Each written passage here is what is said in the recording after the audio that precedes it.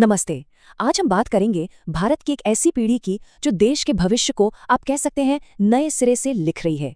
एक ऐसी पीढ़ी जो हमेशा से कनेक्टेड रही है। चलिए इस पूरी बात को और गहराई से समझते हैं और जानते हैं जनरेशन जेड को। 40 करोड़ ये सिर्फ एक नंबर नहीं है ना? ये एक बहुत बहुत बड़ी संख्या है और इसके पीछे छिपी है भारत के आने वाले कल की कहानी। पर ये नंबर है किस चीज का? ये भारत में जनरेशन जेड की संख्या है। 40 करोड़ से भी ज्यादा लोग, यानी कि देश की आबादी का लगभग 30% हिस्सा।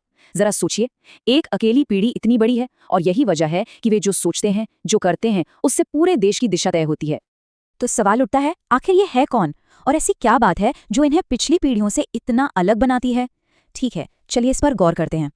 देखिए, अगर साफ साफ कहें तो जनरेशन जेड या जिसे हम जेन जी भी कहते हैं, वे लोग हैं जिनका जन्म 1997 और 2012 के बीच हुआ है। वे एक बहुत ही खास दौर में बड़े हुए हैं और यही बात उन्हें सबसे अलग बनाती है। उन्हें डिजिटल नेटिव्स कहा जाता है। इसका सीधा सा मतलब है कि उन्होंने अपनी पूरी जिंदगी इंटरनेट और स्मार्टफोन के साथ ही देखी है। खासकर भारत में, जहां सस्ते डेटा ने एक क्रांति ला दी, उनके लिए टेक्नोलॉजी कोई नई चीज नहीं बल्कि उनकी जिंदगी का एक बिल्कुल स्वाभाविक हिस्सा है, जैसे सांस लेना। तो पीढ़ियों के क्रम में ये आते कहाँ हैं? जेन जेड मिलेनियल्स के ठीक बाद आते हैं और उनके बाद आते हैं जनरेशन अल्फा। तो कह सकते हैं कि वे इन दोनों के बीच एक बहुत जरूरी कड़ी हैं जो अतीत और भविष्य को जोड़ती हैं। अब जब हम जानते हैं कि वे कौन हैं, तो चलिए उनकी 5 प्रमुख विशेषताओं को समझते हैं। यही वो 5 बातें हैं जो उनके दुनिया को देखने के तरीके को आकार देती हैं। पहली और सबसे जरूरी विशेषता, उनकी डिजिटल साक्षरता। उनके लिए टेक्नोलॉजी सिर्फ एक टूल नहीं है, बल्कि उनके होने का ही एक हिस्सा है। ये उनकी पहली भाषा की तरह है। अपनी पढ़ाई से लेकर यूपीआई से पेमेंट करने तक और दोस्तों से जुड़ने से लेकर शॉपिंग तक सब कुछ डिजिटल है।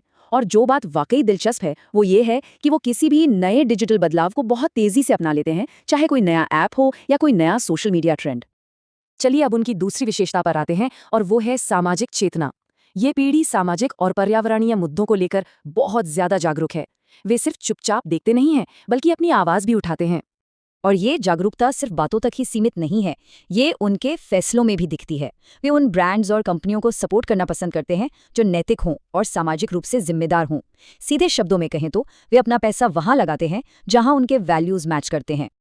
तीसरी विशेषता है आर्थिक जागरूकता। इस पीढ़ी ने अपने आसपास आर्थिक अनिश्चितता देखी है और इसका नतीजा ये हुआ है कि वे पैसे को लेकर ज्यादा सतर्क और समझदार हैं। वे सिर्फ खर्च नहीं करते, बल्कि बचत और निवेश पर बहुत ध्यान देते हैं। भारत में फिनटेक ऐप्स के आने से उन्हें बहुत कम उम्र में ही स्टॉक मार्केट और म्यूचुअल फंड्स जैसी चीजों से जुड़ने का मौका मिल गया है। उनके लिए फाइनेंशियल इंडिपेंडेंस सिर्फ एक सपना नहीं है, बल्कि एक ठोस लक्ष्य है।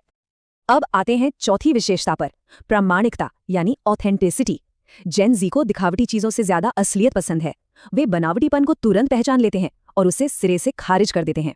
उनके लिए अपनी एक अलग पहचान बनाना और उसे बिना किसी झिझक के दुनिया के सामने रखना बहुत जरूरी है। भारत में जो क्रिएटर इकोनॉमी इतनी फल फूल रही है, वो इसका सबसे बड़ा उदाहरण है, जहां वे अपनी व्यक्तिगत शैली और विचारों को खुलकर जाहिर कर रहे हैं। वे जैसे हैं बस वैसे ही दिखना चाहते हैं। और अंत में 5वीं विशेषता, जो शायद सबसे क्रांतिकारी है, मानसिक स्वास्थ्य के बारे में जागरूकता। ये पीढ़ी उन सभी पुरानी धारणाओं को तोड़ रही है जिनके बारे में पहले खुलकर बात भी नहीं होती थी। वे मानसिक स्वास्थ्य को शारीरिक स्वास्थ्य जितना ही जरूरी मानते हैं। एक ऐसे समाज में जहां इन विषयों पर बात करना अक्सर मुश्किल समझा जाता था, ये पीढ़ी इस चुप्पी को तोड़ रही है। वे तनाव और चिंता को कम करने के लिए थेरेपी और माइंडफुलनेस जैसे तरीकों को अपनाने में बिल्कुल भी संकोच नहीं करते। तो इन सभी विशेषताओं का कुल मिलाकर असर क्या हो रहा है? ये सिर्फ व्यक्तिगत आदतें नहीं हैं, ये हमारे समाज के भविष्य को आकार दे रही हैं। ये बदलाव हर जगह दिख रहा है। जहां पहले पारंपरिक विज्ञापन काम कर जाते थे, अब वहां प्रामाणिकता की मांग है।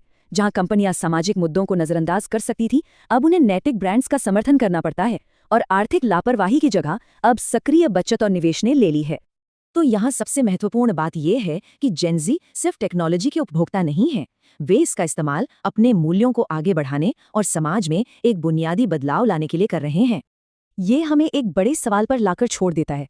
जब 40 करोड़ की ये ताकतवर पीढ़ी पूरी तरह से ड्राइविंग सीट पर होगी, तो वे हमारी दुनिया को और किस तरह से बदलेंगे, इस पर सोचना वाकई दिलचस्प है।